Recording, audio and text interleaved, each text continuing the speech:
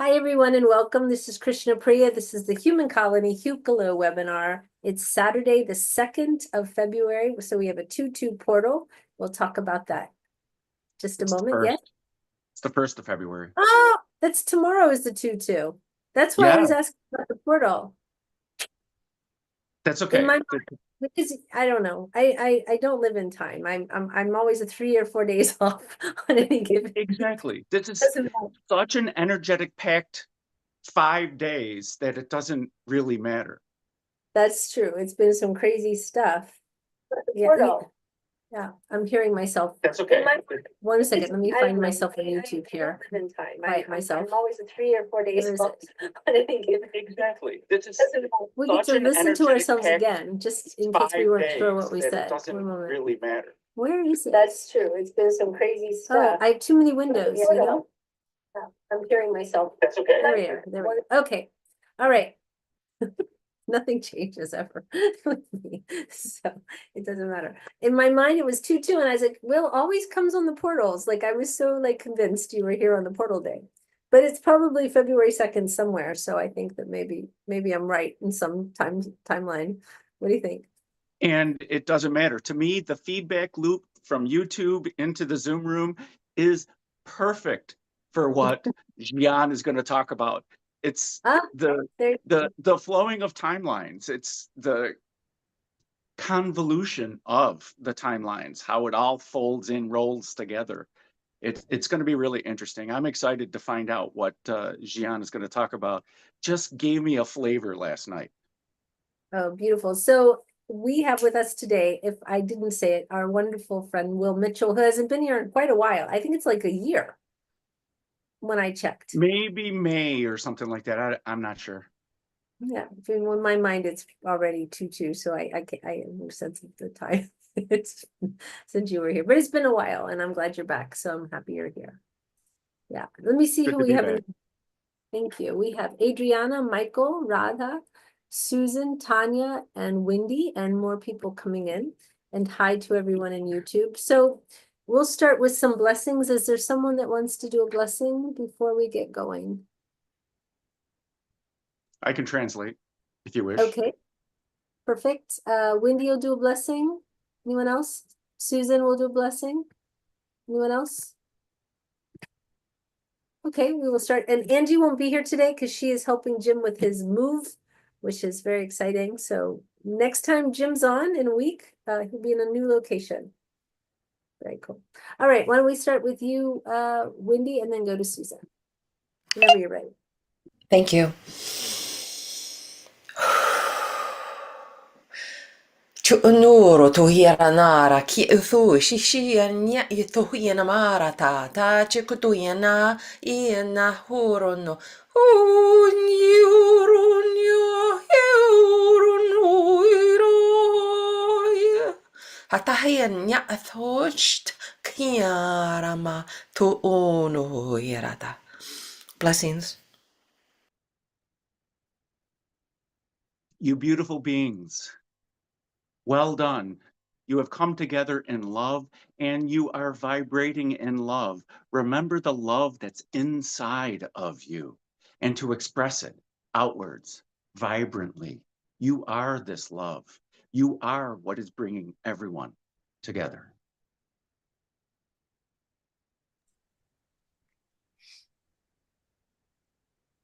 Ta zikaya tuya ya hia, hiesaya kutu, hiesiataya hietia, kutu saya hia, hies tutu titaya hia, tutusia, titia usaya, titakia, hiesiaya uaya, tia kuya, sikia, tutuya yatia, hiesaya kua, tia sia, hiesutuya, titaya tika, hasia tuaya tia. Blessings. Remembrance and reflection, how we see each other, how we lift each other. This is who you are. This is how you are, how we come together, how we illuminate each other and raise the vibration.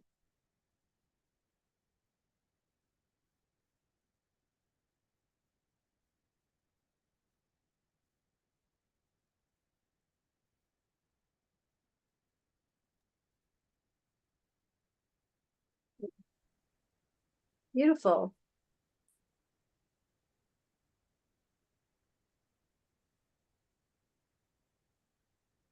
I was just waiting for you to come back. Oh, So when you came in, you said that you were having dinner with Jim and Angie yesterday, and you actually channeled a new or got information from a new being that you're going to channel today. Is that correct? A new being to you. yes. Part of whether it's an individual or a collective consciousness, didn't quite describe it in any way, shape. You know, it's just like we all noticed what we called a new timeline. And just a short discussion of the new timeline, it was yes. And then the downloads, because to me, I'm both a trans channel and an open channel. And part of being in, or a conscious channel, part of one of the subsects to me of being a conscious channel is being open to any of the information. And when I envision it as tugging on a thread of consciousness, and then the information just starts flooding through. Who they are, it doesn't matter at that point, because it's the information that matters. Sure. And then when I started talking or listening to it, I'm going, okay. And it first started that Merlin, we planned Merlin talking about the 12 holographic discs and this reality, and that was going to be really interesting. But he stopped talking this week about it. And I'm like, okay, I wonder who's going to come through on Saturday. Last night, after I was really focused on Jim and Jim's moving. So this information is just interesting. I like how it's spontaneous also. So this will be interesting.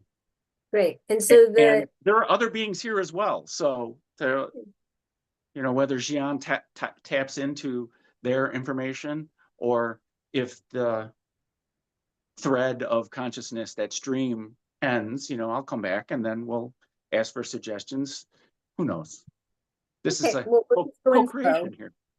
Yes, beautiful. So, but we know basically that there's an energy called Xian, whether it's an entity or a group, and we will find that out maybe in this. Yeah, we know Time Lord. Time Lord, just as a familiar term, right? That we humans have.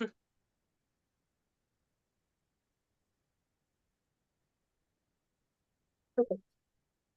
I was getting ready to type into YouTube. So why don't we let you go into trance, and Okay. or what you want, and then when you're ready, we'll begin. And I'm just going to type a nice note to the people in YouTube chat. Gary's there. Excellent, excellent. Hello, everyone.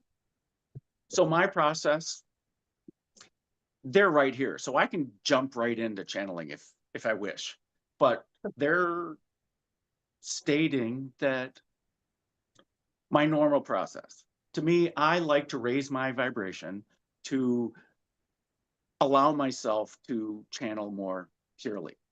So, and whoa, now that I see it, it's all like, now I got to fix it. Will's still here, so he cares. He cares about Turned up my camera. I don't know alignment. if it helps to talk to somebody, or if it's, or you're okay to talk to. Hey, how about that? Yeah, kohanati gaskaha. However you feel. I We don't all know. vertigo if you're sideways for the whole time. We all might be experiencing vertigo. Yeah. Like my picture behind me actually isn't crooked, but in the video it looks like it's like this, but it's really not. Every time I keep having to turn around and look at it. It's close enough. Yeah. It's on the wall. It hasn't fallen down yet. So I invite and allow the holy fire to flow in, through, and around us all in every way and everywhere and everywhen. And I set aside my ego and my personal energy so that I may be a clear channel. Nisa aru harati chishana ortuta.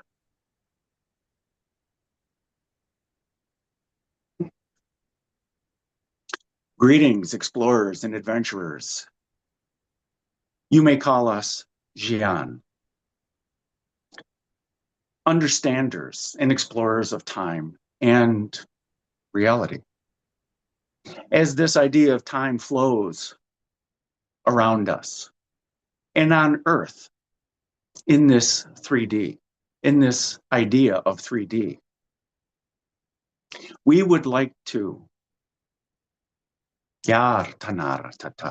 we would like to allow, invite into this idea of time, into the flow, congratulate you, the lightworkers, give a little energy update as the focus of the lightworkers lately have caused this convergence of the timelines, of magnificence, of productivity, of alignment, have attracted the various timelines where individuals were focusing.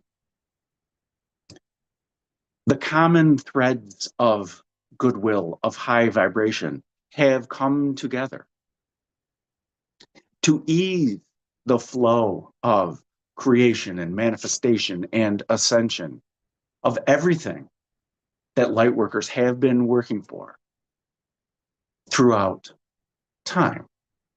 Some call it remembrance. Some call it simply alignment. Alignment to joy, to who you are, to elevating everyone and anyone simply through joy, simply through living your joy. These timelines have coalesced and have merged. They've been dancing around each other for a while, but the focus of late has been beautiful, has been merged, has been flowed into like several rivers coming together into one flow. That is the easiest way to see it, as everyone in their own idea of what they wish to bring forth, how they wish to bring people together. It is all coming together greatly, beautifully, naturally. These are the things that come about because of your joy. Simply seeing joy as an individual through this idea of individuation. Your joy is your compass. Your joy is bringing about the merging of the timelines. It is bringing about the raising of the vibration of the collective consciousness known as Earth or humanity on Earth. This vibrational raise is natural for every human to do. And in these energetic days here, this ability is heightened, this focus, this beyond the duality, this merging of the divine masculine and the divine feminine, this willful intent, this inspiration of what to create is very heightened at this point. And the understanding of this excitement about what to create, about your own inherent joy, is exciting everything else around you as you see as separate from you. Your excitement is exciting the collective consciousness. This is this divine feminine around this planet Earth, around this collective consciousness of humanity. Everyone else in the universe is watching how humanity in this 3D reality is raising the vibration, is being catalyzed by everything else that is happening, causing the focus where excitement is being created, how this rebirth of focus and intention and allowing it to unfold, this beautiful unfolding of the timelines that are merging, of what could be, what can be, and what will be. Not egoic, naturally allowing the collective consciousness to conform, to align, to flow into one another and through one another.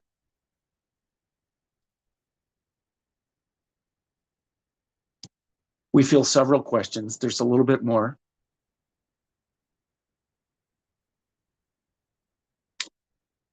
Keep focusing on your joy.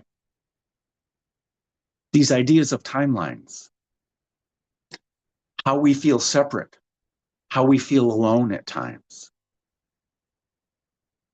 By you focusing on your joy and bringing out your joy to play in this playground, this exploration, this adventure, by bringing this childlike playfulness out into your world, into your reality, into where you are focusing, that allows everything else that wants to play in this field, in this universe, to come and play with you. By seeing it as play, it becomes easy. It is not as hard. The focus on play, how can I make it fun for me? And how can I make it fun for everyone else? How can I do this? How can I let my inner child come to play as this divine child that all of us already are? This playful divine child who wants to play in this reality, in this balance. Some call it contrast. It is simply our exercise, our adventure. If it were so easy, everyone would want to do it. And you have done it easily, and you are doing it easily. You are always 100% successful in everything that you do, always. It is simply your viewpoint of what you are creating. That is it. You have created it, and you are successful. You can see it as frustration, or you can see it as playful joy. I did that. Yes, you did that. And all of you have invited, have attracted all the various timelines that everyone else is creating into this flow, this overwhelming joy, this overwhelming flow, there we go. This flow of joy, this flow of abundance that is natural to each and every one of you in your idea of separation. For you are really one. You are this flow. You are the intention that's guiding this flow. You are this magnificence. And just like the rushing water sweeps away everything in its path, it moves around the obstacles. Obstacles are not obstacles for water. It just flows, and it carries the energy of every other drop of water. This is this flow of these merged timelines, of this portal, of this rebirth, however you wish to call it. It is here. It is you. You are this dynamic flow. Does this all make sense? Yes, beautifully. Thank you. Very beautifully. There's a couple questions. I do have a question. If I can ask one, I actually have a couple questions, but I'll let other people go as well. But when you talk about the new timeline, I don't want to dominate your time. When you talk about the new timeline, what was this shift that propelled us forward? I mean, there's been all this energy the last 5 days on many levels. And is the events of the last 5 days the result of the shift, or vice versa? Did everything that's happening sort of propel us into something else, or did we get propelled into something else, and then that sort of transportation to that new timeline had all of these side effects, maybe is the best way to say it. Let us try to answer the question this way. We hear the question as delving into causality, where Yeah. I hear into the question that the events are causing the shift of the timeline. Yes. Also, the shift in consciousness, the collective consciousness, each individual's own shift in their own idea of separation through either frustration or joy or whatever it is that they are experiencing in the contrast of this adventure in 3D. Whatever the catalyst, whatever the conversations that you have been having over the last year, over the last 6 months, over the last 3 months, over the last month, over the last 5 days, each and every one of them are causing multiple aha moments. These aha moments, or they could be subtle aha moments, it does not matter. You may wake up and just apologize to someone. You may wake up and decide to do something different. Whatever it is, or it could be you're in the middle of a meal and you take a bite and you now think differently. Sometimes it is that quick. Sometimes it's just, I'm going to try this now. These are all the things, many of the intangibles that come into how we want to, as a human, pinpoint causality. Adventurers who come to planet Earth, who want to explore and contribute to the expansion of consciousness, come here to delve into the contrast. They come here to explore. And as a part of this, these feelings, these decisions all contribute to the timelines. And the timelines in 3D are viewed differently than timelines in other dimensions and in other collective consciousnesses. That's the simplest way to explain it, to not explain it at the same time. This causality in the collective consciousness of humanity on planet Earth in the third dimension, this balance of contrast. There are so many celebrations that have been happening. People are remembering their joy. They're remembering purpose. They're bringing it forth. They've met new people. They've done many ceremonies to allow themselves to not focus on the hurt, not focus on the pain, not focus on the shadow, the contrast. And now the focus on the joy, the what if, or the I can. This seems very doable, possible. This is the shift. And it starts with a shift in one person. But the fact that so many people have made this shift that has caused and invited the timelines to merge, whether you call it cause or whether you call it invite. One moment, this channel.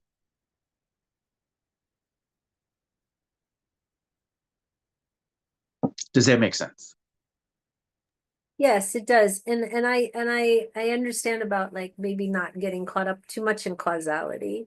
I know for myself though, I know that sometimes in life, there's something that does cause you to suddenly shift a mindset, shift a direction. You know, something happens and then all of a sudden, boom, you're spun around and you're going somewhere completely different, or you take a decision or whatever. So I was just interested to see if there was, but you're saying all of it's true, basically, is what you're saying.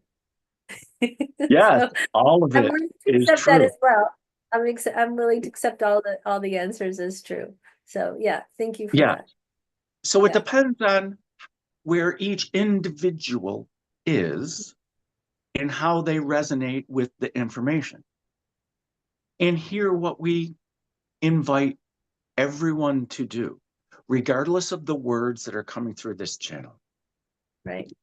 we invite you to pull the thread of our vibration, of our consciousness, of our harmony, the harmonics of who we are, of what we bring. Pull on the consciousness, allow this consciousness to flow to you to get individual messages as well as what comes through this channel.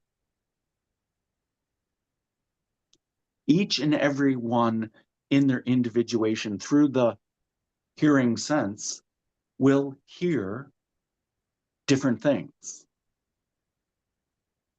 No matter how many words are being spoken, each individual still hears things differently. We each find our own truth.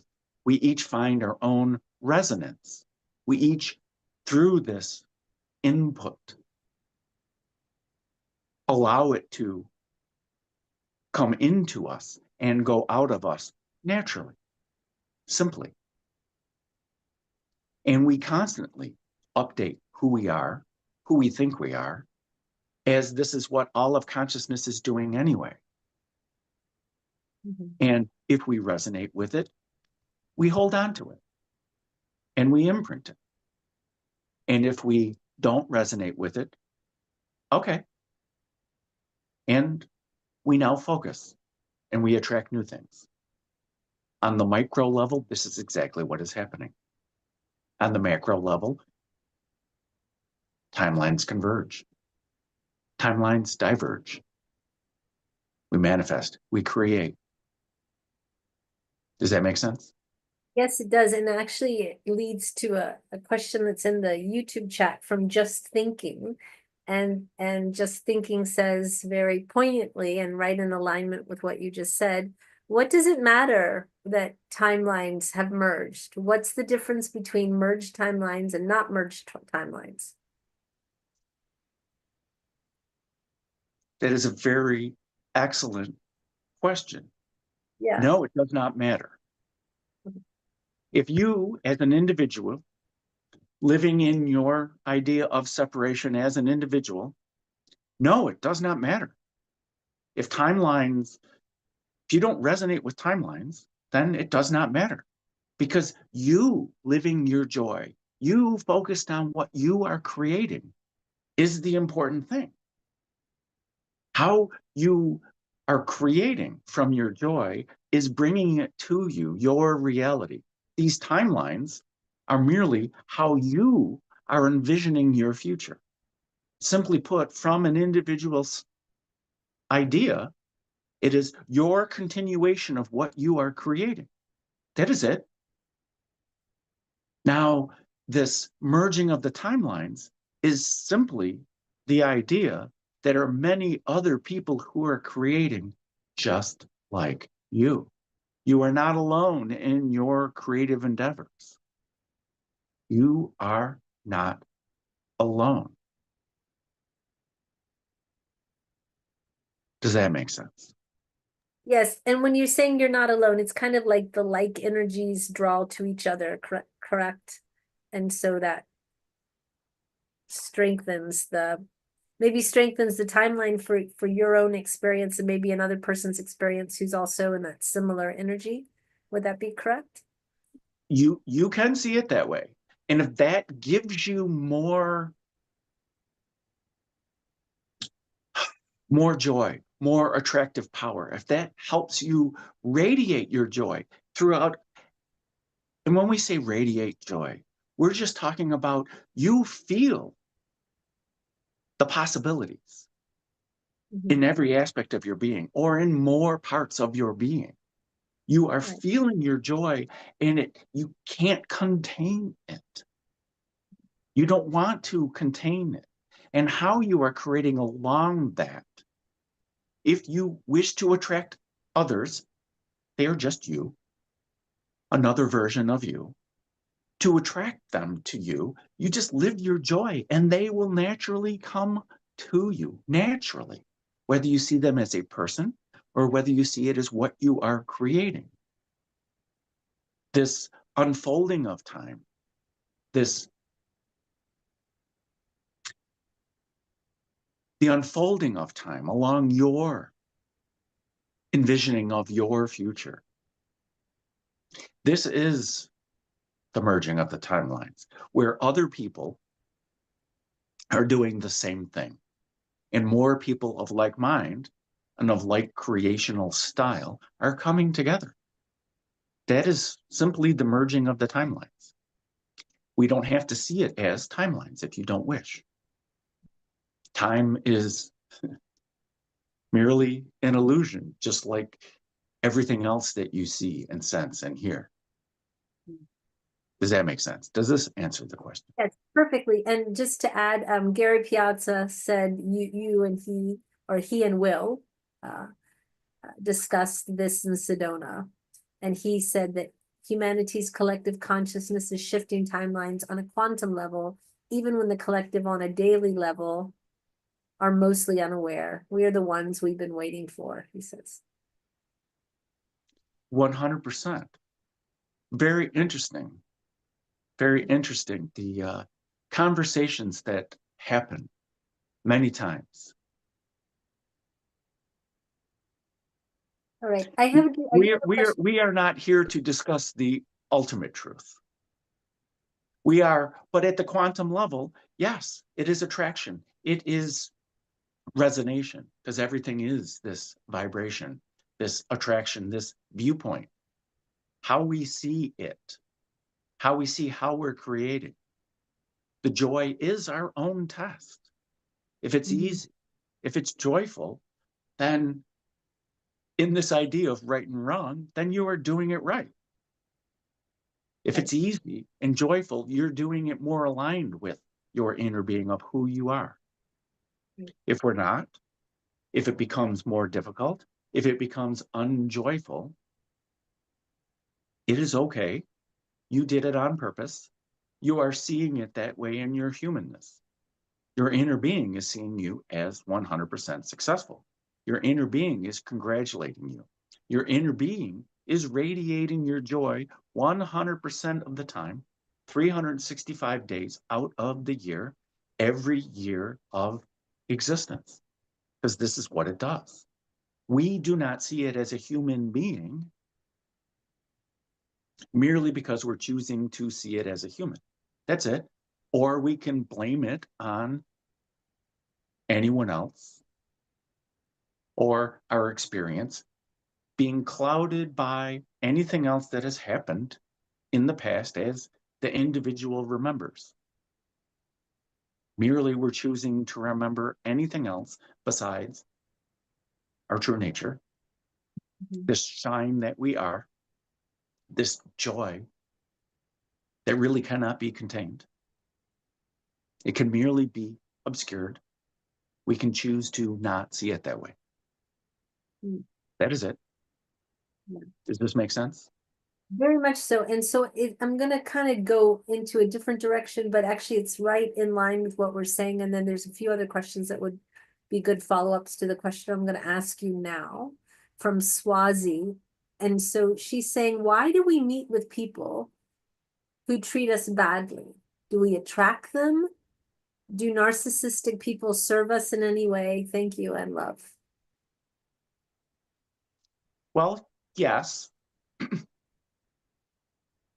There are many, many, many ways to attempt to answer the question. In the idea of separation as an individual, in individuation on planet Earth in the 3D, which all of you adventurers and explorers have chosen, we, as an individual, as a human, can see reality, can see life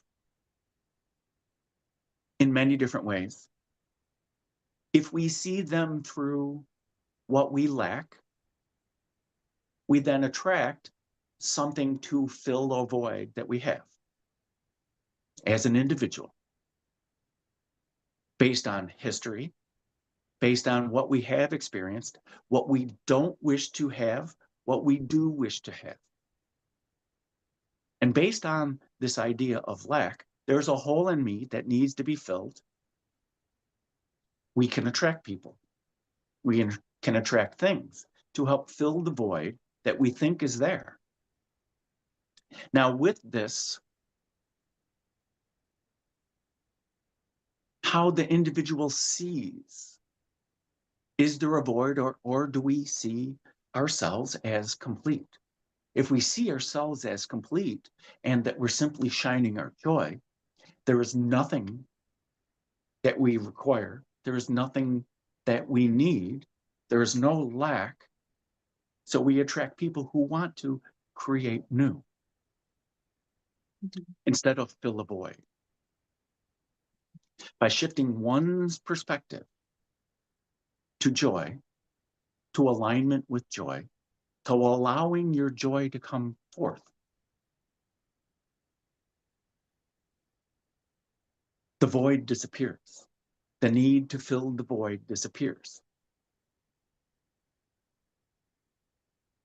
It's not directly answering the question. Narcissists are merely another version of you as the collective consciousness, as the whole, as the all, in their own idea of separation, in their own idea of lack, having their own voids to fill, just like you. And as a part of their filling their void, as they have learned, as they have built their belief systems, as they want to blame it on others or bring others, as they do not also see the inherent joy that is radiating from them, they attract somebody that can help fill their void, just like you, as an individual, just like every other human being. It's a simple, natural process of this 3D reality of contrast. Each individual has a void. Some of them are compatible with another in the stereotypes, in the archetypes of humanity. If we attract a narcissist, there is some need in us to be fulfilled. That is it. We can spend time looking at what needs we have and what needs that need to be fulfilled. But these are all ideas of an individual, of individuation, that you can choose to have there or choose to not have there. The individual can choose, can allow their joy to come forth. If we use the word choose, it sounds very intentful, which it is. But in any moment, one can realign to joy simply by recognizing, I don't like this. Something's not how I prefer. Merely by saying, I don't like this, one then recognizes that there's an alternative viewpoint.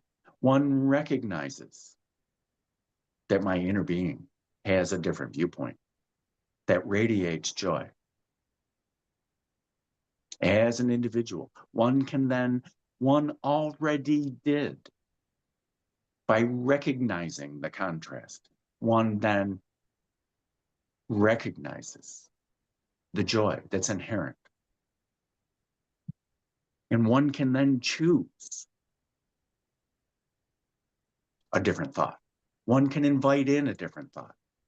And merely by stating, I choose my inner being now. By stating that, watch how one feels. Just state that right now. And watch feel how you vibrate, how your inner being gets invited to the forefront. And we just start radiating now. Do you feel your heart? This is your true nature. This is inherent to you. And by any moment, inviting that inner being to come forth aligns with joy, aligns with attracting the creative. It will not attract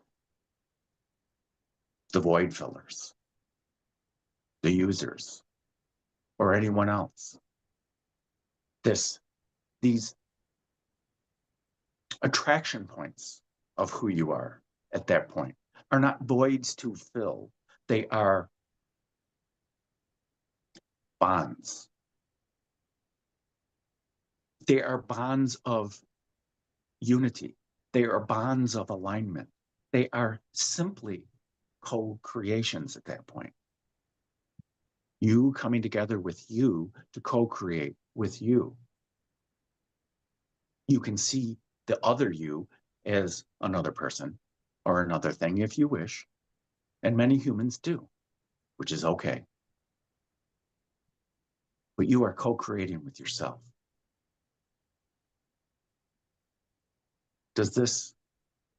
We've danced around the topic. Hopefully we've answered the question. I believe so. I believe so. I actually missed a question from our group, from our room. Jim had a Jim. Jim on the mind. Michael had a question. Michael, did you want to ask?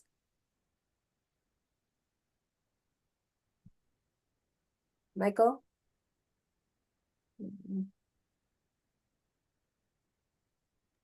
Hey, sorry. Go ahead. Yeah, I was just wondering, my girlfriend, if you could tell me who her spirit guide is, if there's anything that you would pick up on Sierra Davison's spirit guide.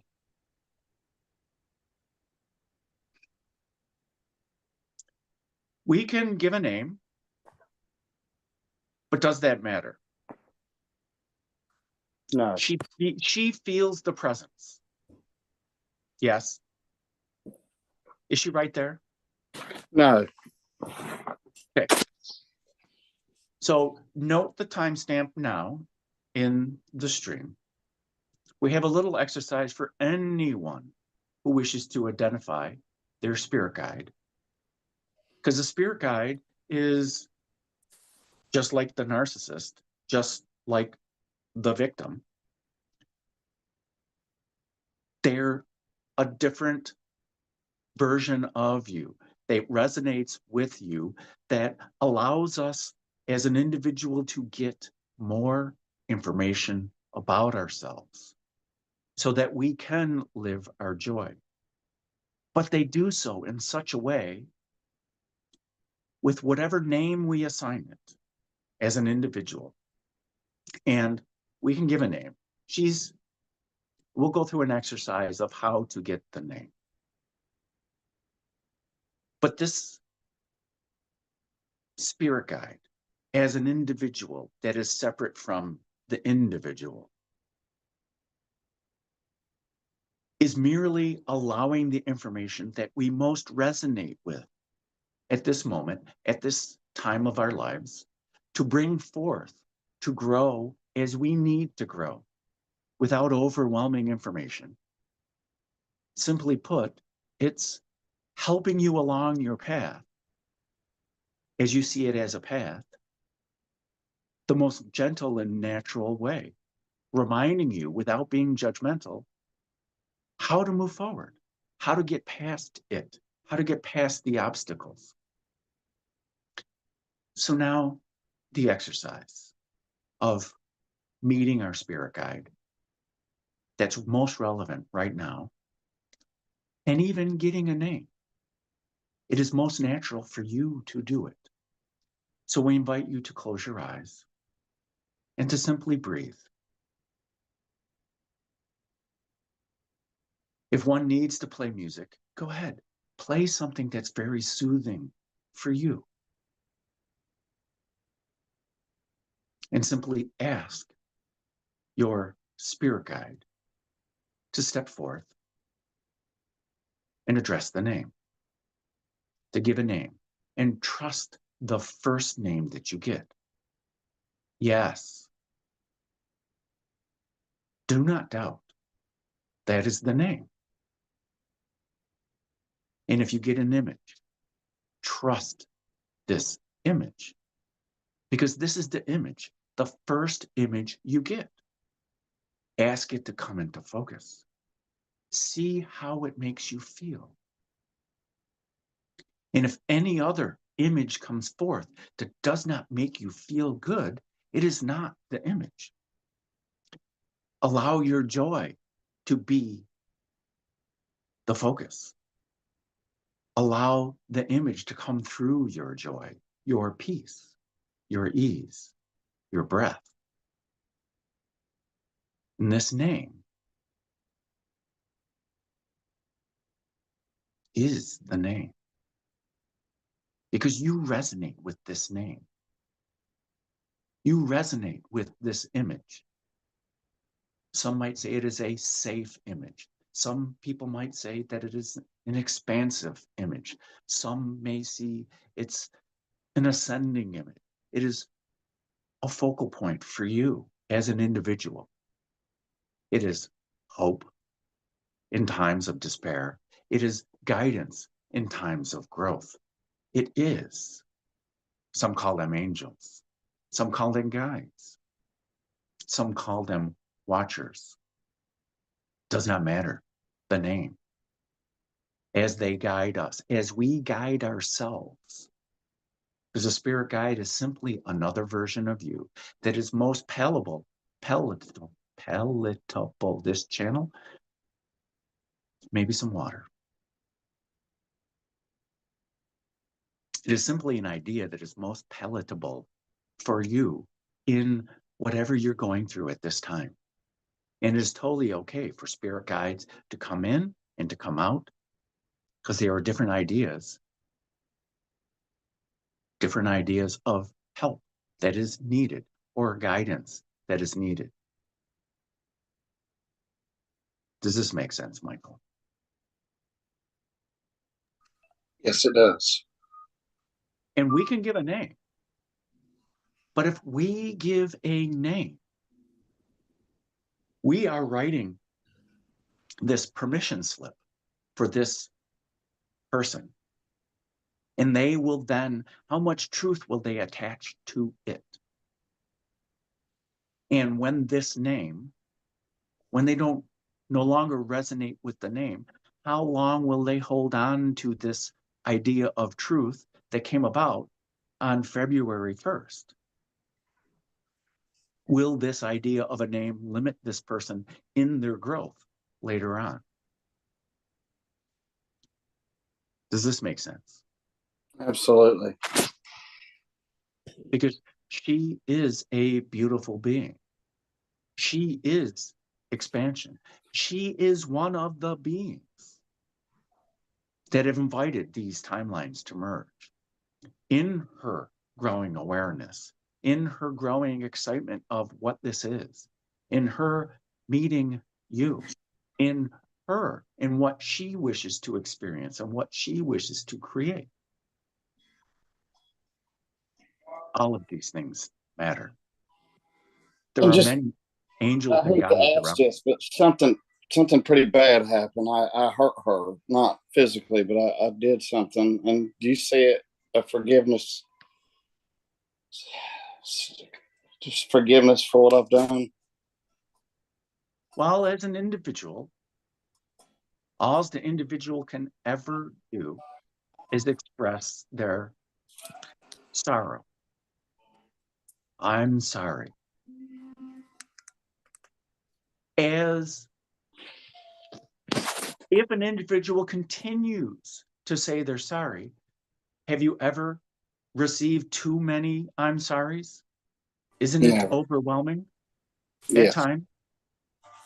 As we as an individual, if we can walk in the other shoes for just a little bit and stop thinking about the hurt that we've caused and stop thinking about it from our individual perspective,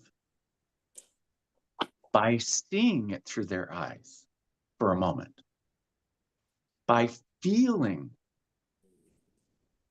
their feelings for a moment,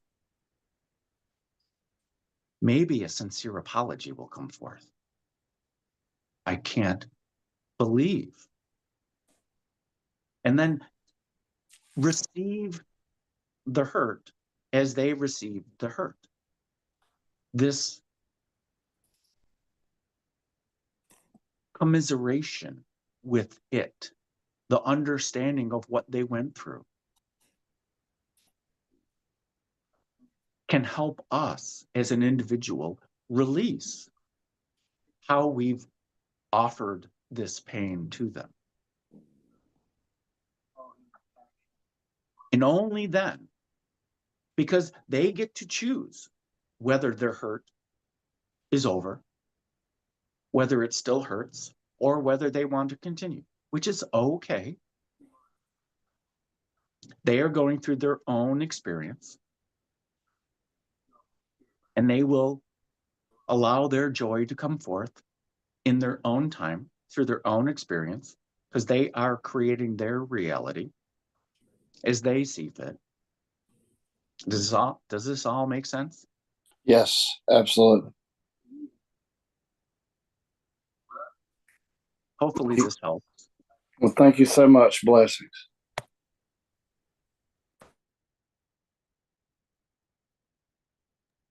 Great, thank you so much. There's some more questions in the chat if there's no other question in the room. Let me get back to the question. So going back to the attracting certain people, attracting certain situations, just thinking says, how does the merging of timelines affect women and women's rights and their fight for it?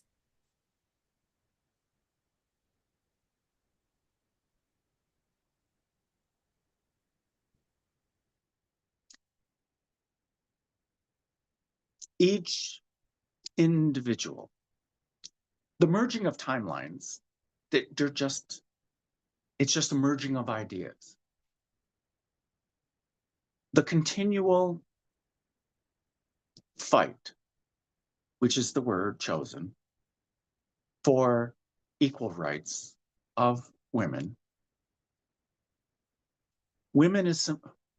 A woman is simply a choice to incarnate as.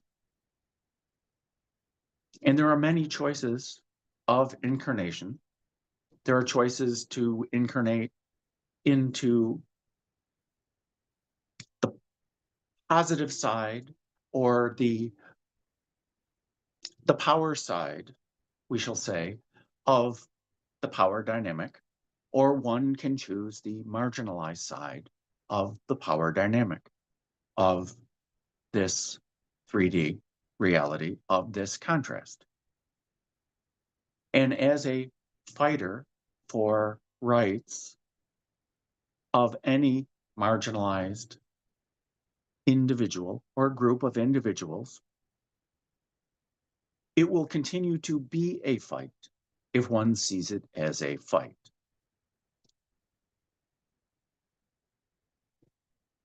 Lightworkers are focused on joy of late and bringing out joy.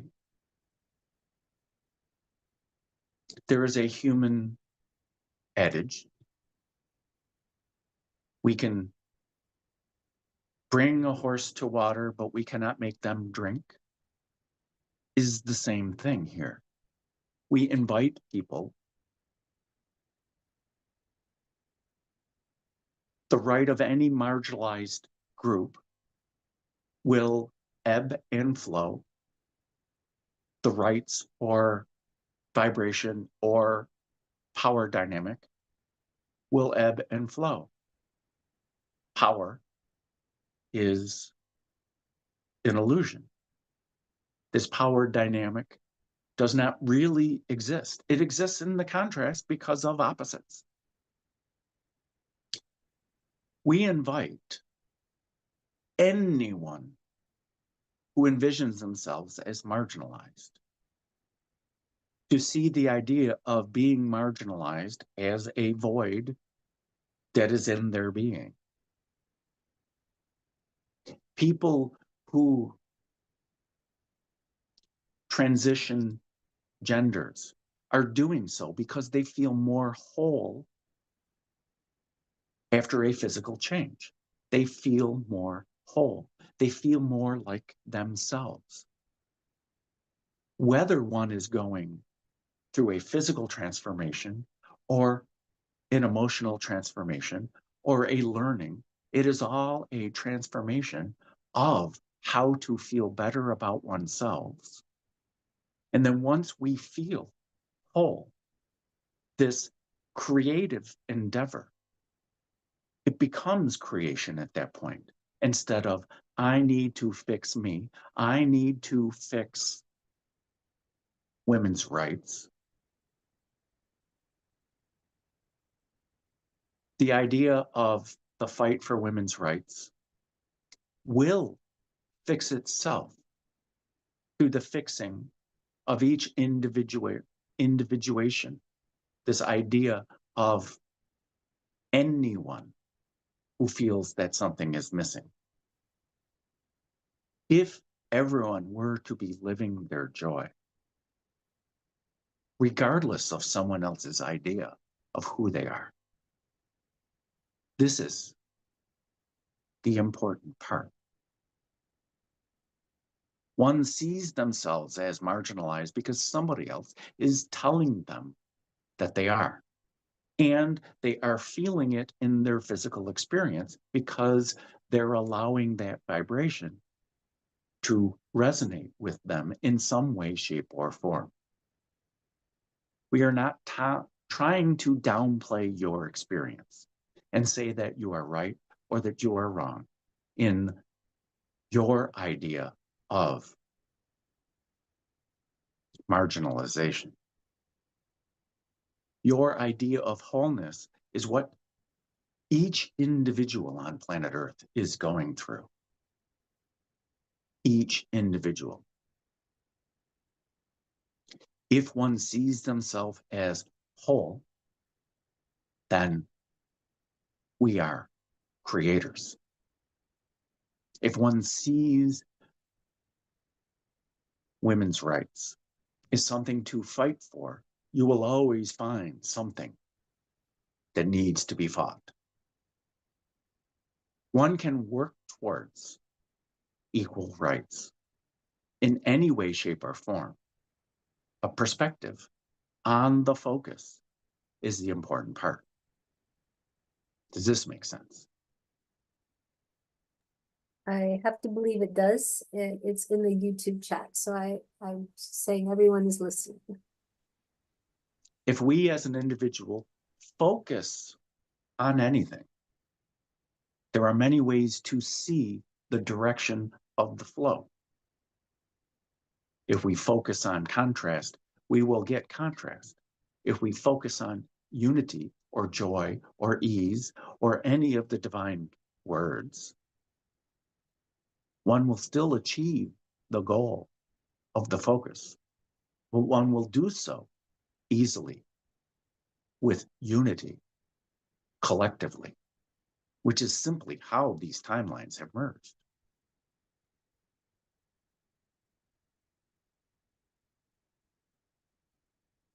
It does not directly answer the question, but hopefully it answers the question that causes the desired result, that attracts the desired result. Thank you. Thank you so much. Susan has a question. Go ahead, Susan. Hello. So my first question is related in being in the flow of your divine self. And I've heard Bashar mention about this topic and to have no resistance or insistence as to what flows into your life and to just be more present in the now moment. And as I've been doing this, I'd say the last year, like I really can see how things just line up for me in my life when I'm not resisting it or insisting it be a certain way. And, um, where I'm just in my beingness and where I can see that flow happening. And I'm just wondering if you have any insights or advice on how people can be more in the flow of their divine self.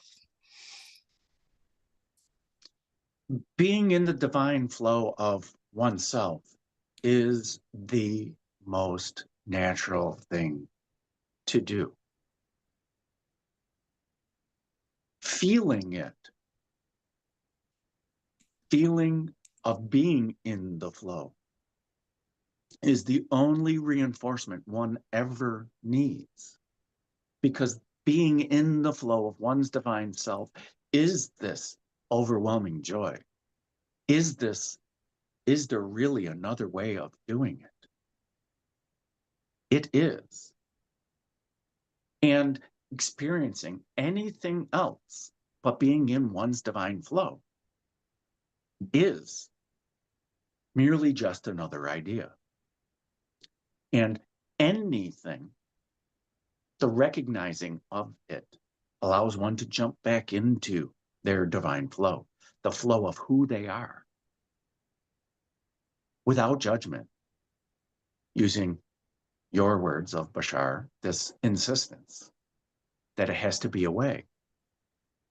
The insistence is the human mind, the individual's mind. The now and the flow are your inner being's way of doing it, is the one's way of doing it. And you can be both the one and the individual at the same time by being in your divine flow. It is easy. It is natural. If it is difficult, it's okay too, because you're choosing to see it as difficult. But recognizing it as difficult, just asking your inner being to show me the flow again, show me your radiance. That's it. That's all that needs to happen. And now we are. And we are. And it flows. And we create. And we attract. And we create. And then we doubt. And then we resist. And then we recognize. And then we flow. If this all makes sense. Yes. Yes. I'm sure that message will resonate with many here and who listen to this later. I have one additional question. So I am in the process of planning to have a, a tooth removed next month, and that's in reabsorption where there's bone loss on my lower left side. It's kind of the tooth that's like one in from my back molar. And I think a channel message I received a while back was that the reason for this is it relates to my ascension process. I need to let this tooth go for some reason. And I'm just wondering if I know you can store different energies like in different body parts, anger, resentment, things of this nature that you can focus on through intention to release. And I'm just wondering if there's something related to this tooth of why it needs to come out, and if I'm holding some energy there or something in order for me to, I guess, move to a higher vibration, I guess, by letting this tooth go. If you have any information about that, that'd be wonderful. So what we have noticed, thank you for your question. What we have noticed is that you have held on to the information from this other channel and you resonated with it in some way, shape, or form because you have remembered it. If you did not resonate with it, you would not have remembered it. You would have instantaneously dismissed it. So in some way, there is truth in that for you. That you are holding energy, remembrance, imprints, however you wish to call it, in your tooth, that in some way it needs to be let go of. And you can choose to see it that way, if you wish. Now, are you insisting that it be this way? That your tooth is offering the resistance of your ascension? No, yeah, that's why I'm asking for, I guess, additional clarity, because I don't necessarily, I guess, feel that that may be true, but it just may be that this tooth is failing and needs to come out of, as a more physical thing. I'm just wondering if there's more than that to why this is occurring at this time in removing this tooth, or like anybody that has to have like a body part removed, for example, like, is it something within my own consciousness that's creating this physical outcome? Or yeah, I guess any insights as to what the cause of this coming about now. Yes, and thank you for stating that. Because this is the whole conversation that we're having today. Is this conversation of, and you said the word, the cause, causality. We talked about causality earlier. And if you need causality, if you wish to have causality as to why it happens, then yes, you can attach the idea that you're holding on to something to the tooth, and therefore, when the tooth gets extracted, you can blame your holding on to this idea of resistance in your tooth, and then you can actually release it at that point. You can. There's nothing invalid about it.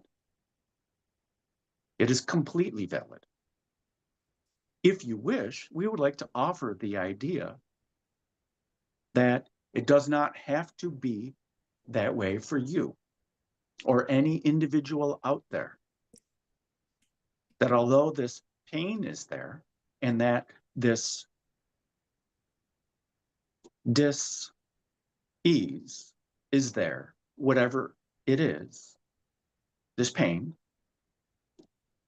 that we can release this pain in this moment, right now, if we wish. And then the tooth can have its own issues. You can return to your joy where you're not holding on to whatever it is in the past. We're not seeking to create. We're creating this pain because we wish to experience this pain as a divine being.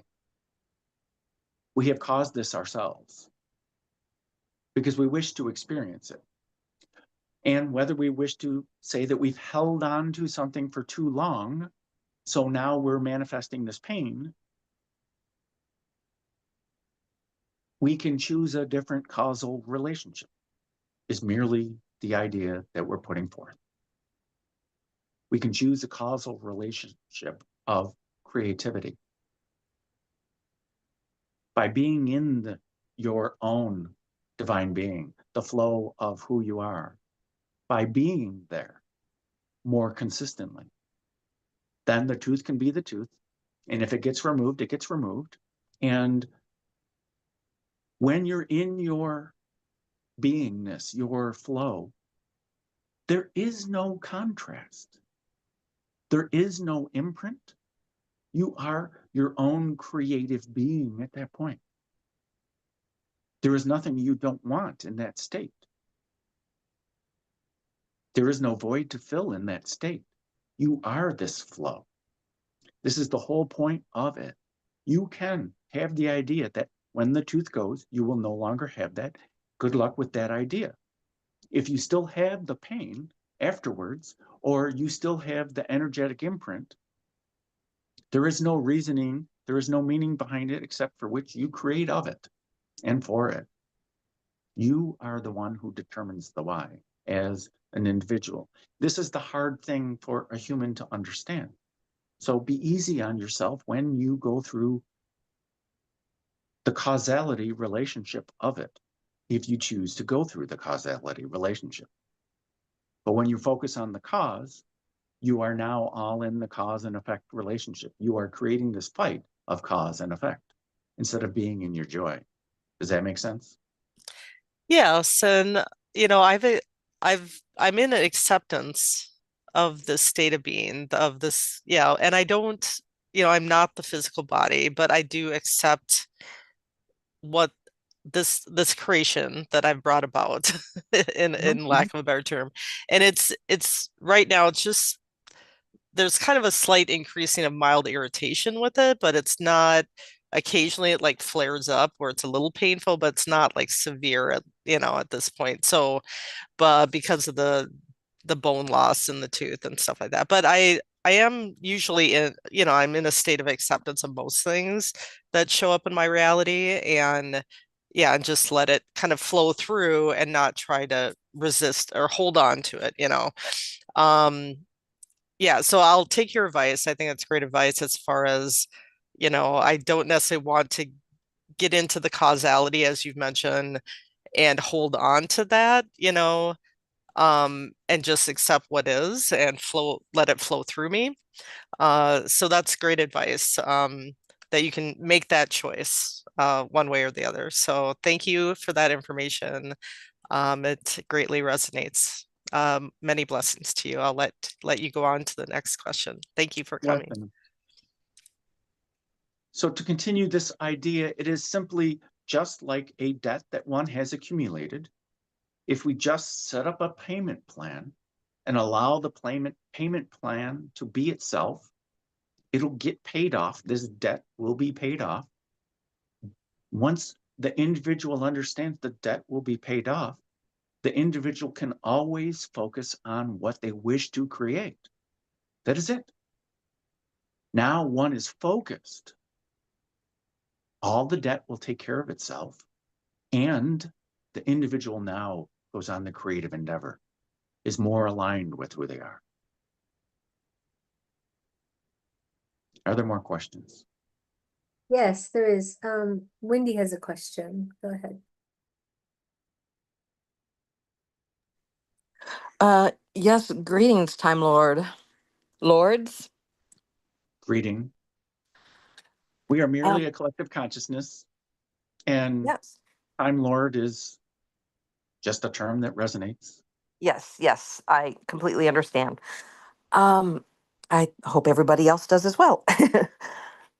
So last year in the fall, I was getting guidance to create a retreat based on balancing the divine masculine and the divine feminine. And so it's going to be coming up here from May 29th through June 1st. And we're going to be going to Portland, Oregon. And there's going to be a water element and a mountain element being there near Mount Hood. And I find it interesting that the synchronicity of balancing divine masculine, divine feminine started out as a part of the topic, and I just am really feeling, well, today working with the divine feminine energy, really feeling that energy and flow going through.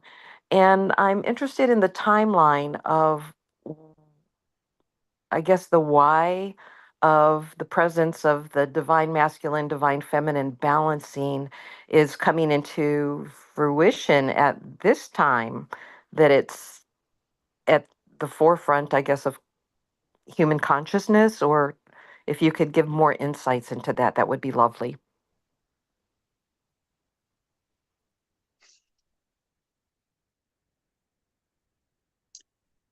So every moment in the idea of individuation, if you look at what you call the history of humanity, there are different needs that have come about over time, and survival was one of the earliest.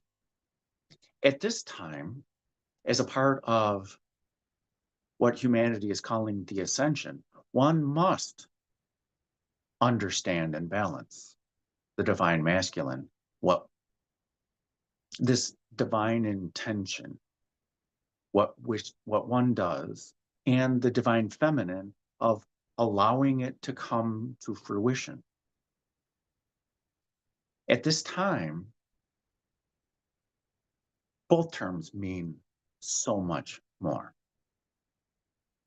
But at this time, the ideas, the need or the want to balance these are the major focus of many of the timelines, and coming through their joy, their desire to experience. Sometimes it comes as a need, sometimes it comes as a want, sometimes it comes as simply a focal point. It does not matter. By you as an individual focusing on the joy that you're going to be creating, by utilizing the water and the earth and the air and the fire, by utilizing all of these things in the space that you are all creating, but by focusing on your joy and your own balance. Joy is balance. Balance is joy. Simply put, by focusing on those, you will create the event. You will attract the people who resonate with the event, who resonate with Mount Hood, with the water, with the flow, with the balance. And if you allow all of that to help influence, that is being in your own divine beingness, in your own flow of who you are, creating this flow of this retreat, creating this flow of expansion for those who need it. There are many things that you will learn about the water, about Portland, about Mount Hood, and its relevance. Whether you think you have chosen it or whether you feel that it has called you, it does not matter. If you are joyful about it, it will be successful. If you do not insist on any certain way, you have chosen a place, you have chosen elements, you have ideas of how this retreat will go, and how one and the collective, how it will be created.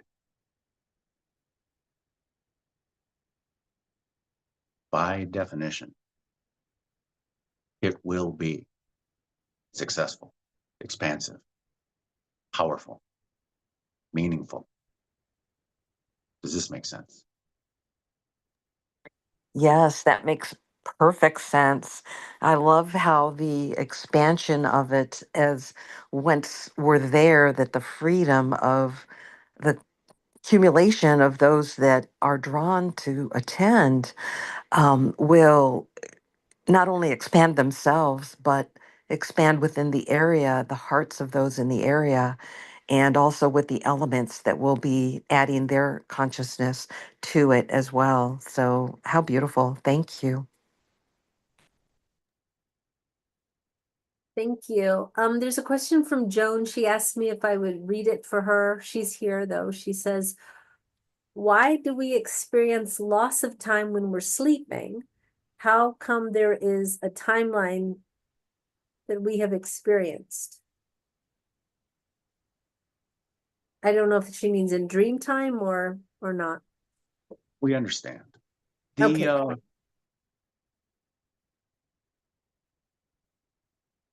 The reality as each individual human who is really a divine being an infinite creator. The creation of time is being done by your infinite being for the benefit of the individual. So it is perfectly natural to experience different timelines or jumps in time or stretches in time or compressions of time, loss of time. These are all natural things to experience as a human. One moment.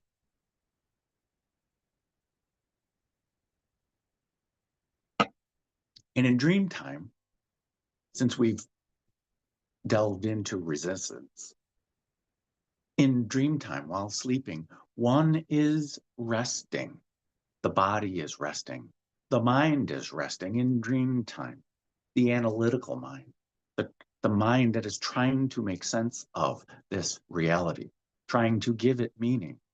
And the dream time is both a co-creation of the individual in human form and the inner being. Some call it the subconscious that's influencing the dream, which is merely the imprints that we no longer wish to look at. Also, the connection to the collective consciousness and our connection to our own inner being.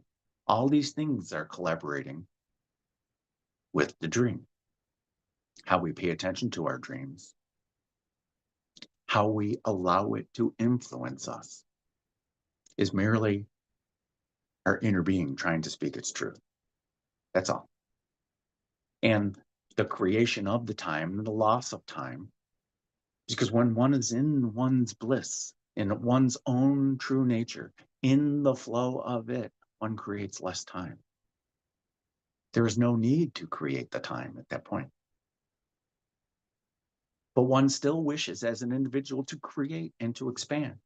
So they create time slowly, more naturally, more intently, and also allow that creation of time to unfold. Because then the individual, the divine being, is working with the constructs of what they created naturally for expansion. So this idea of time can flow in any state, fast or slow, or jump, or whatever. Hopefully this answers the question.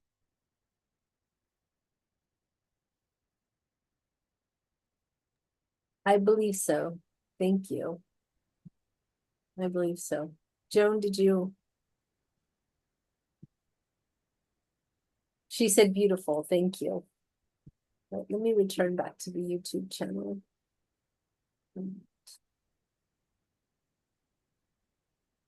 Nice discussion going on here. I'm just looking to see if there are questions.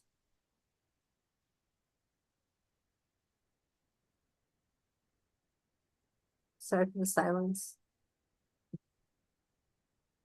Gary says, I was just thinking the elevation of our consciousness will eventually balance and level out the balance in divine feminine and divine male. The concept of fighting for is counterproductive.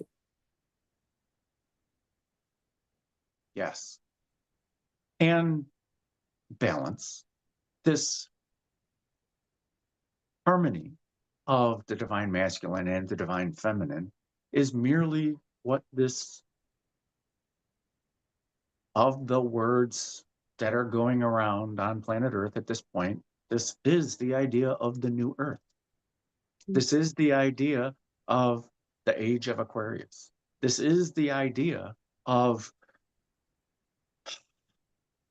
your most natural state of creation and expansion, where one is focused more on how we create instead of fighting to create or fighting to live, where one is focused, where one is intentful, where one is allowing, still holding on to the idea of individual as me, but now more free to create. Still recognizing how one feels in whatever state, whether one chooses fear for a moment or joy for a moment or pain for a moment. The amount of contrast or the severity of contrast, once one is living in the heart, in the 4D, in the new earth,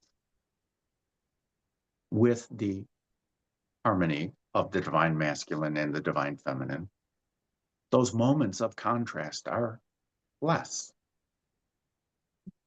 One creates contrast at that point more intently for expansion.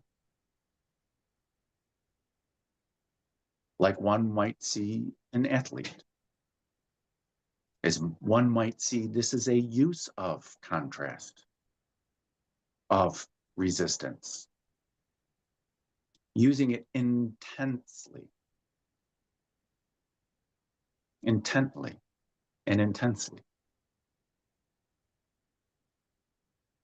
for creation, as the heart desires, as one desires.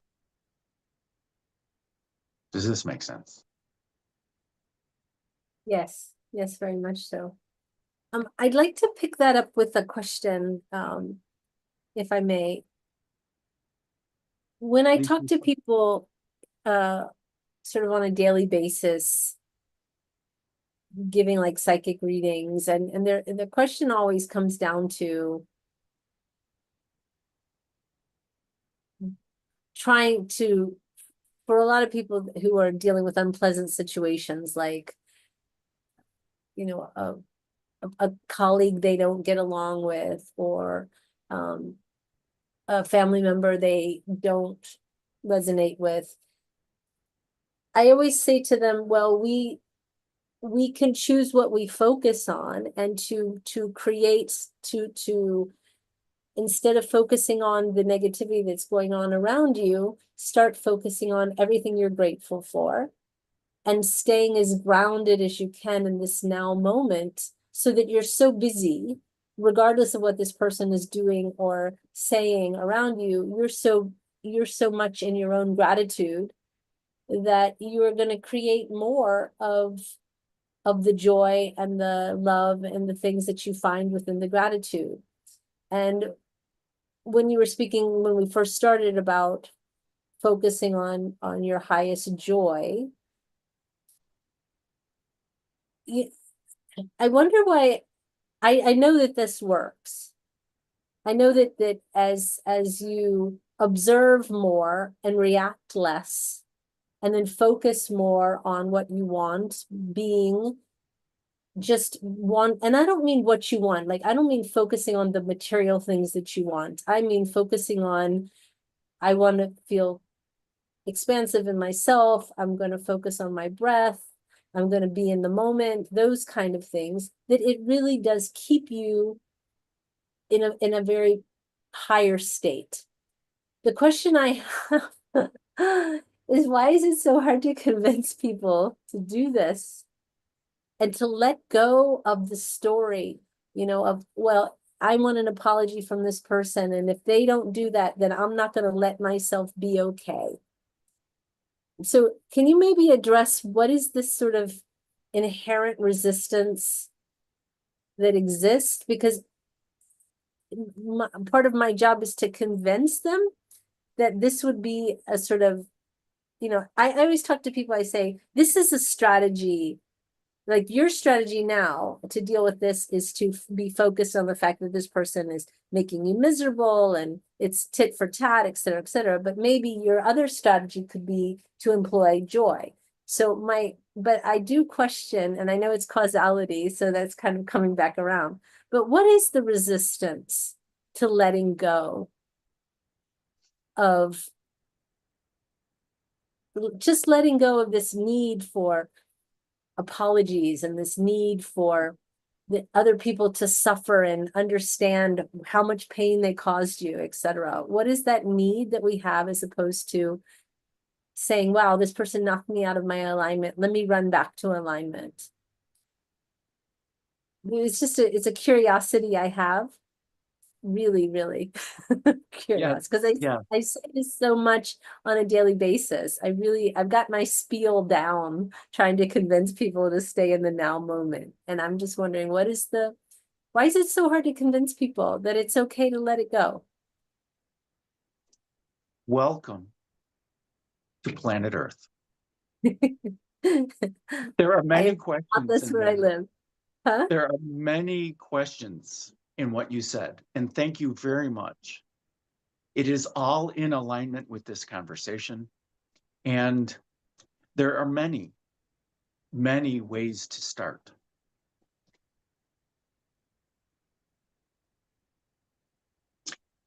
As an individual experiences humanness, Mhm.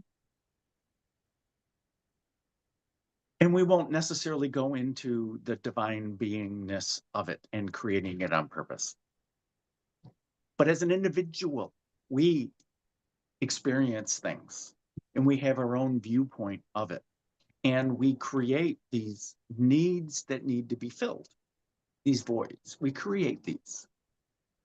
And a part of the conversation with this annoying coworker, and we see them as annoying because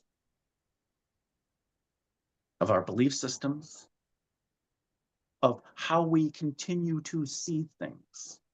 Besides giving the generic advice of get back into the now moment, which is perfectly valid,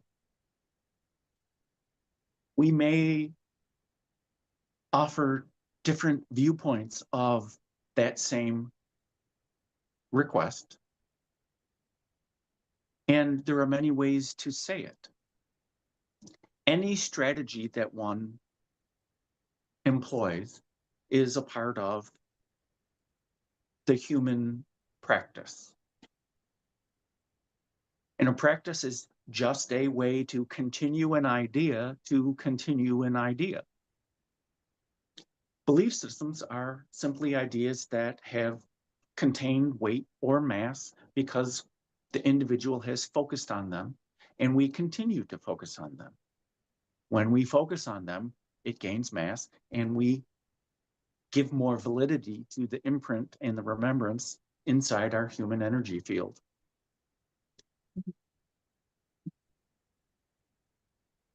The practice, the spiritual practice or strategy or whatever it is merely guiding us to our inner being. The continuing of the practice is the continuing and the reinforcing of habits that help us, that imprint differently in our energy field. That's all the practice is doing. Whether it's the practice of the breath or the practice of there's a different viewpoint, whatever it is. We attach to the annoying coworker because either we want to fight or we want to be annoyed or we want this and that and the other thing.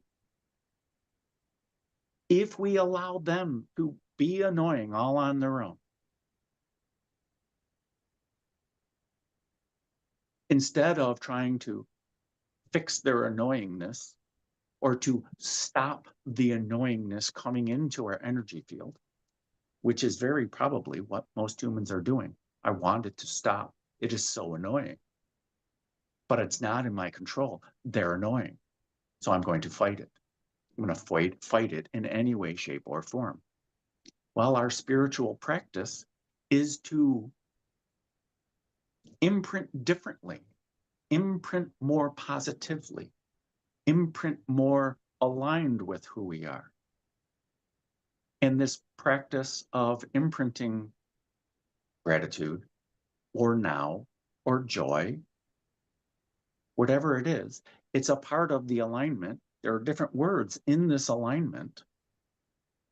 And this practice is imprinting that.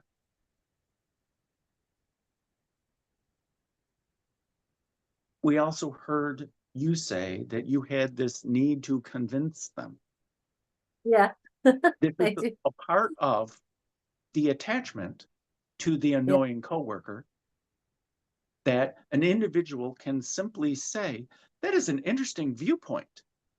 And now we don't bring that viewpoint into our energy field. They're annoying, all on their own. Excellent. By practicing gratitude, by practicing joy, it is more natural for the human in the experience to then choose objectivity, Mhm. to choose joy. It's more natural because the individual has reinforced it. By reinforcing it, it is a natural practice to just go, ha, ha, ha, ha, ha, ha. Interesting. And then walk away with the cup of coffee or whatever. Right. And the individual is not attached to their thought pattern at that point.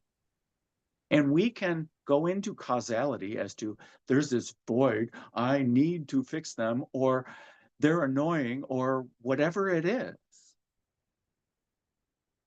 by allowing the tuning of our humanness to our inner being through the practice of gratitude, of joy, of breath, of being present, of this divine flow.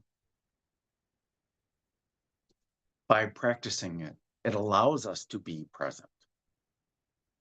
And this presence just happens. The practice cannot make it happen. It just happens because we're not focused on all those other things, because we've reinforced our focus on gratitude, of joy, of breath, of presence, of flow.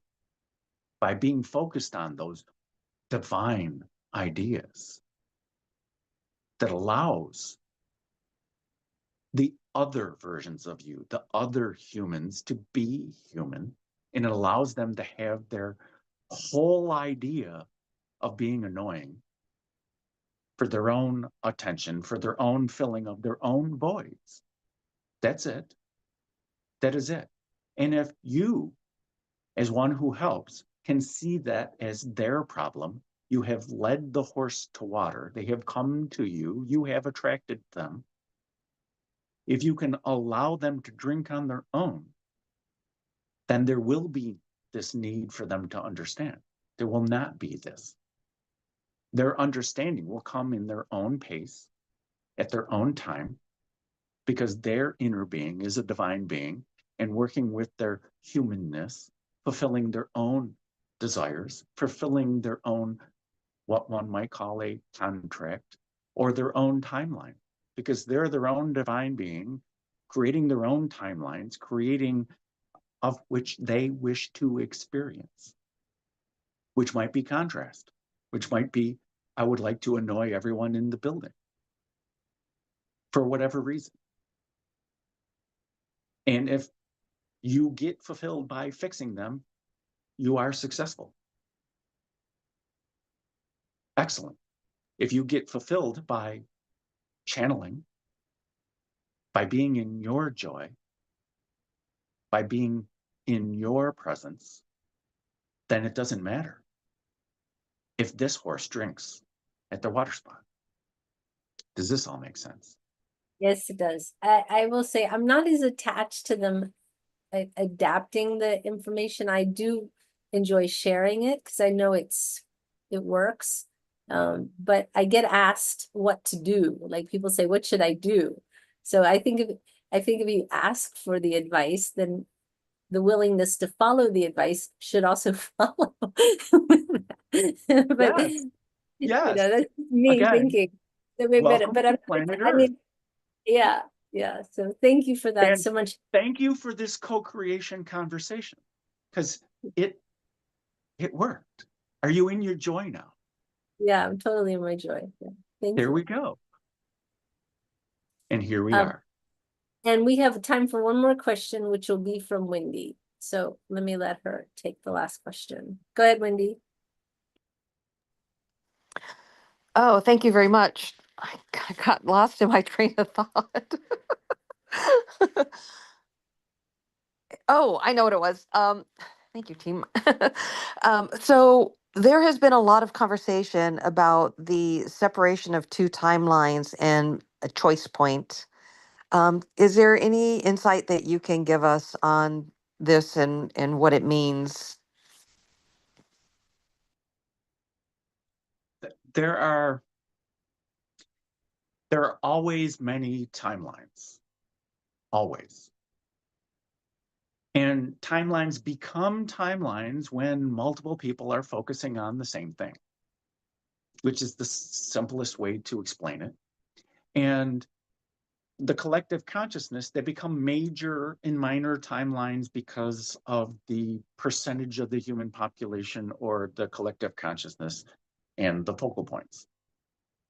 Choice points, if you resonate with the idea of choice points, then they're merely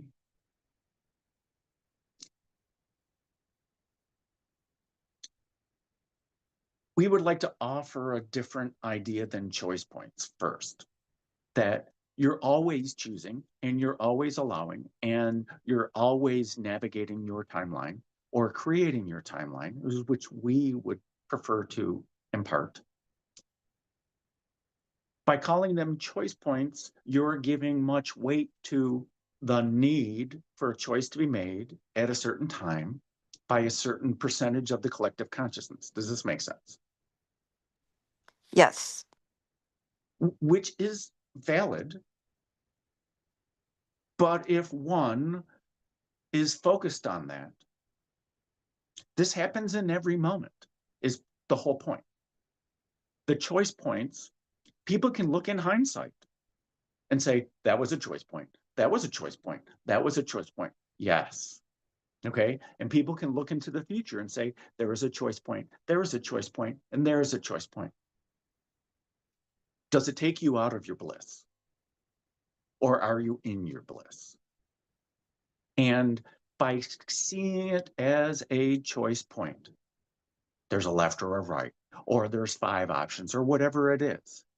Are you going to give weight to one of those timelines as more valid than the other?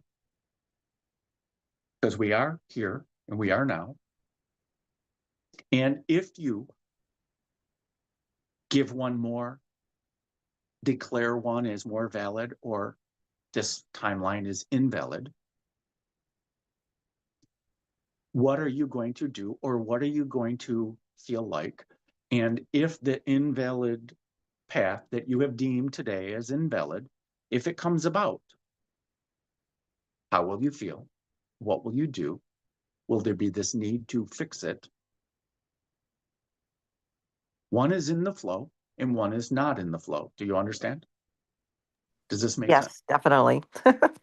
So these choice points, yes, looking at timelines and inhumanness in the human idea, this human conditioning, are all the conditions that humans want to put on things. By you allowing the timelines to unfold it, because they already have,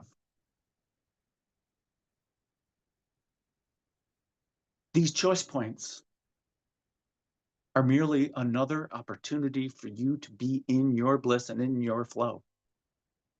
So no matter which timeline appears and unfolds, because you, the creator being, the infinite being that you are unfolding time as you prefer. And in the human idea of separation, you are seeing it as right and wrong. You're seeing it as it can go in these directions. This portal, the timelines that have merged, are merely many individuals have focused along the same ideas. That is it. Whatever the catalysts were, because the invalid timeline that we are deeming that is invalid today, if we can choose it as, this is one that I don't prefer, or you can say, I prefer this timeline, the third from the left. If I prefer that timeline, it just means you have vision of how time unfolds, and you are focused on the one you prefer. By you focusing on that, time will unfold as you prefer. Does this make sense? Oh yeah, I'm focused on my bliss timeline. There you go. There you go. And as the other timelines get created and fold in and get created, and this happens all the time. It happens all the time. This happens all the time. Each of these timelines lead to destruction. Each of these timelines lead to unity. Each of these timelines are valid. Look at your past and the timeline that you are on. Look at the misery that was behind there. Look at also the joy that was back there. Look at the love that's on that timeline. Look at all the things that are on that timeline that you call your past. You're here. You're still here. And you're still focused on where you're going. So the past does not matter. Where are you focused? What is your joy? What do you wish to create? How we get there does not matter. How we get there will be created by you and your inner being as your timeline unfolds. And whether your timeline is the timeline that your bestie is creating, it does not matter. Because they are experiencing things as they prefer. And they will. You will co-create. And you can choose a timeline where you're both co-creating in bliss. You can, and they can. And you can see their bliss, even though they're telling you they're experiencing this contrast. They're experiencing depression or failure. But their inner being is still experiencing that bliss. Does this all make sense? Oh yeah, that's amazing. Thank you. Thank you. Thank you. We are actually 100% out of time. Time Lord. So Time. Yeah. if you can move the clock back a little bit and maybe give us a blessing so that we can end on this beautiful note. And thank you so much for your wisdom and all that you shared today. Just want to thank you very much. If you would share a blessing with us, that would be a beautiful way to end the webinar. It is our pleasure. We will use English and an exercise. We invite you to close your eyes. We invite you to breathe at a natural pace. We invite you to feel. We invite you to feel your heart. We invite you to feel this light that's inside of you expanding. This joy that's inside of you expanding. The presence of your inner being expanding. Because there is no difference between your inner being and you.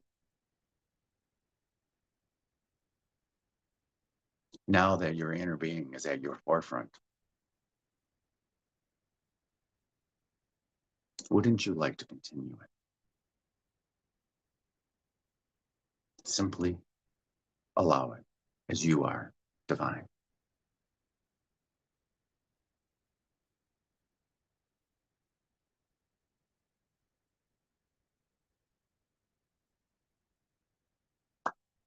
Hello?